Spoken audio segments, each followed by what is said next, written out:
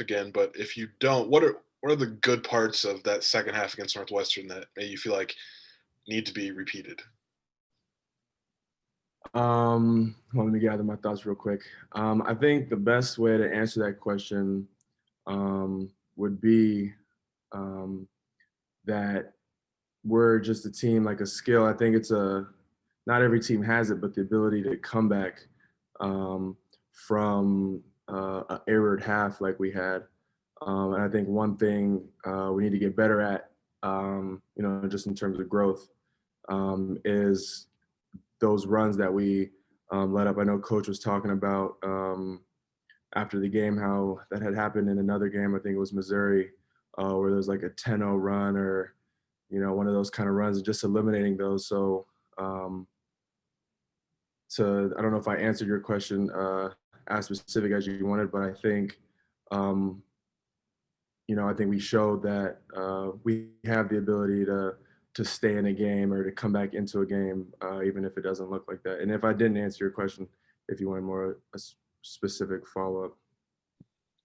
You're fine, but I do have a follow up. Just what is about this team that that you guys can bounce back as well as you have been able to?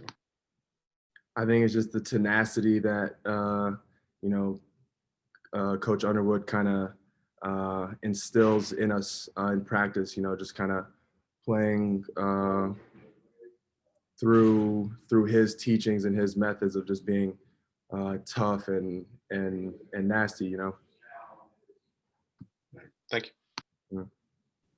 Jacob, I kind of have an off the wall question. What goes into a floor slap? A what? A floor slap. When you guys slap the floor, what goes into that? Oh, I mean, we was just hype. I asked Io after, like, what was like what made him, kind of get us to do that. He was just like, I was hyped. We was lit. We was down 15, and we won by 20. We were up. We were rolling. It was juiced. What's the emotion when you do that? And are you against that at all? Because I know some people don't like when people do it, but you guys all seem to be into it. Oh, no, I'm not against it at all. I wasn't even really thinking much into it. And then I saw like one of the GIFs or like the replays of it. And I was looking, I was like, dang, like that looks tough to be dribbling down the court. You got everybody showing their teeth and slapping the floor. And we just came back from 15, now we're up 10. Like that's a lot. That's a lot to handle offensively. Just one more. I know you guys have to create your own energy in these games. Is that part of it? And what was going on in the second half where you guys seemed like you had way more juice, as you called it? Yeah, I mean, I think the season 2 was a lot about finding the it within yourself and within your team.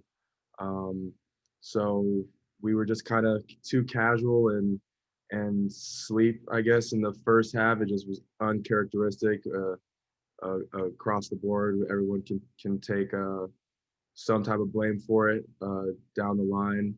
I forget the second part of your question. What was the? Just like how were you guys in that second half? Like, how were you able to find that? I think we definitely regrouped halftime. We got into the locker room and we're talking as a team, as we do, and we just know our capabilities. Like before we run onto the court before the game, we're like, look around, like we got some dogs, like this is us. So we just kind of had to come together in a way and just shake off the first half. It's a two-half game. Everyone has bad games, bad halves, bad plays, so it happens. But luckily, we were able to respond. Thanks, Jacob. Mm-hmm. Hey, Jake, I was curious, what have you noticed about Trent Frazier as a defender? What makes him as good as he's been these last few years? That's my boy. I always mess with him in practice that he's like a rat. And if he ever makes like a good play, like I'll come in his ear and like make little rat noises. And if he gets like a steal or something, he'll look at me and like, but no, he's just like one of those guys who are, he's just built to play D. Like he's just low, he's strong, he's He's a rat. He's just a rat. I'm glad he's on my team. Is there anything? I mean, like, and it doesn't appear that he really ever gets tired. I mean, he'll play out there and like 100 miles an hour for quite a few minutes. Is there like a tone he sets or a message that sends to the other team that this guy is going to be out there for long stretches at really high energy? Yeah, for sure. And I mean, Trent's one of those guys who probably never need to work out in their life and will always be ripped, like 3% body fat. He's a motor guy. He doesn't get tired. He doesn't like subbing out of practice, even if the drill's hard. And if we're doing a drill and you need 3 stops and you get the third one, but it's kind of a iffy play, he's like, nah, we're doing it again. Like, so I definitely think he like drops off and distributes that motorist mentality to other guys. And we got other guys with motor on the team too. But he's definitely one of our guys in that way. Thanks. Appreciate it. Mm-hmm. Hey, Jake, I think those of us who've had a chance to meet you have figured out that you're one of the older, more mature, intelligent guys on the team. And thank you. I don't, yeah. Well, first of all, do you see yourself that way? Yeah, I do. It's definitely interesting dynamic coming in as a I don't even know what year I am in junior or senior, whatever it is. But it's interesting coming in, being new and being older, and then kind of growing from last year to this year. And I definitely would say that I'm a vet, literally and mentally. I've been through a lot of things. You know, I've been, you know, a starter. I've come off the bench. I've played a lot. I've not played a lot. So I've just experienced so much. You know, so I forget the last part of your question about what it or why it does something. What did you say? Well, I wanted to know if, I mean, you don't want to impose too much on anybody that's 22 years old, but have the coaches asked you to be a leader in practice? Have they asked, I mean, is that something you do to yourself? Has anybody said, Jake, you're the smart, you know, environmental engineer. Can you be a leader of this team? Yeah, for sure. And I think that I'm held to a standard where it is expected that I do the right thing. So I would say that I get criticized sometimes for thinking too much on the court, like try to really dissect and just beat people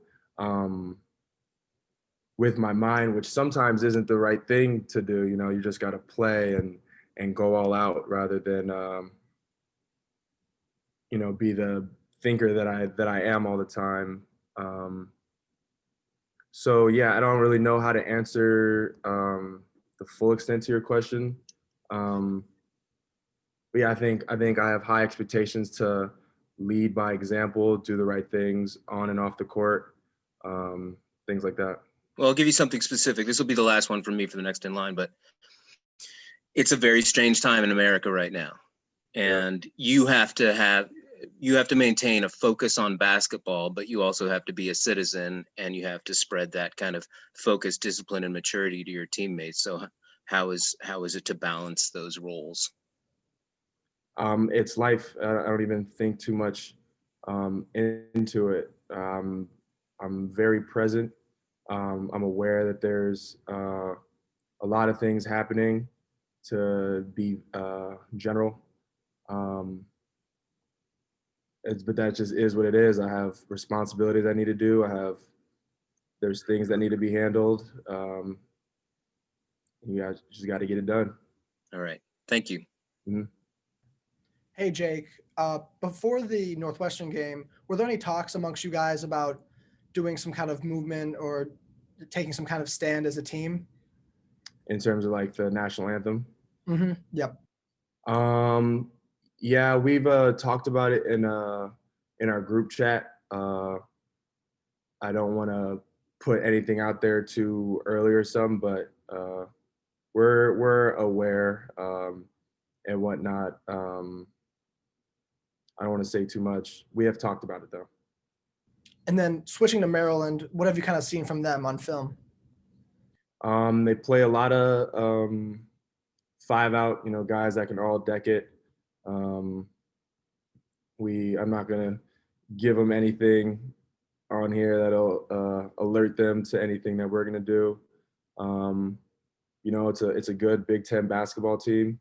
We have defensive assignments we gotta be tight on, but really the biggest thing for us, it's not even about Maryland, it's about us, and bringing what we brought in the second half in Northwestern in terms of just playing hard, energy, and get the win.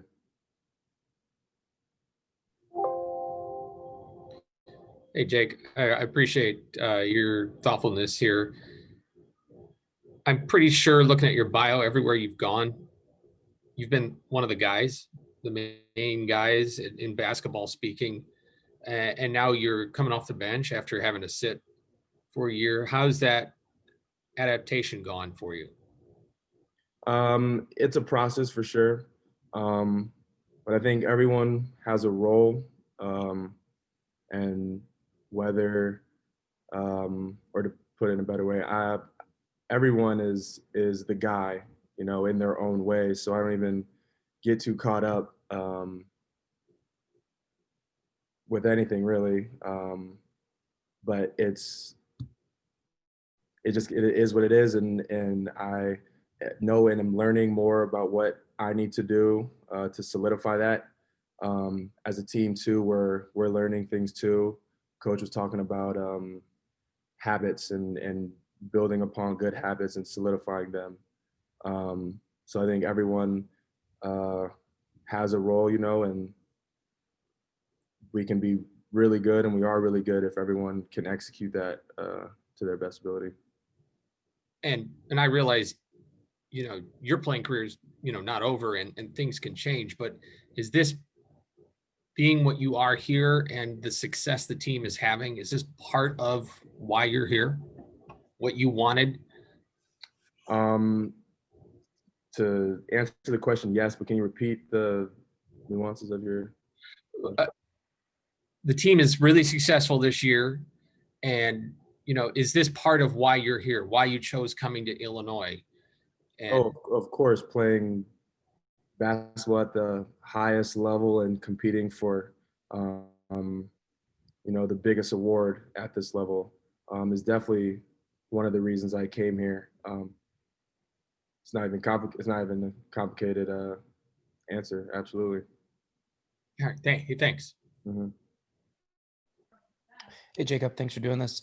You've kind of had a roller coaster of a season in terms of just the way it's gone for you on an individual basis. What do you think the kind of key is for you to kind of finding that consistency as the Big Ten season kind of develops here? It's a great question. I haven't gotten there yet. I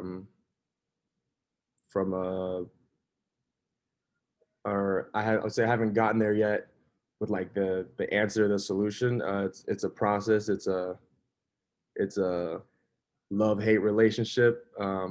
But I think it's just I've been in so many different situations and circumstances and have seen so much that I kind of have, like I said, I'm just trusting the process and just believing in myself as always and believing in the team. And I just have faith in coach and our teammates, myself, staff, all that. Everything gonna be all right. Something that, you can correct me here if I'm wrong, but I'm assuming that your time in practice this season is just completely different, and how difficult it probably is with COVID and how much less time you guys are able to spend together as a group in the gym and all that kind of stuff. Has that made it more difficult for you to kind of really find a consistency level, do you think? Sure. I would kind of categorize that as like an easy way out, like an excuse almost. So I wouldn't blame anything on that, because I think everyone's circumstance is the same right now. It's not like we have a different regimen than someone else. So I wouldn't It could be, but I don't want to give that reason any credit. Thank you. Hey, Jake, I have a follow-up. I was talking to some of the guys a couple weeks ago, and they said that they got a Nintendo Switch for the team. They've been playing games on it. Have you been playing with them, and are you any good? Yes, I played. No, I'm not that good, but I got a lot better really fast.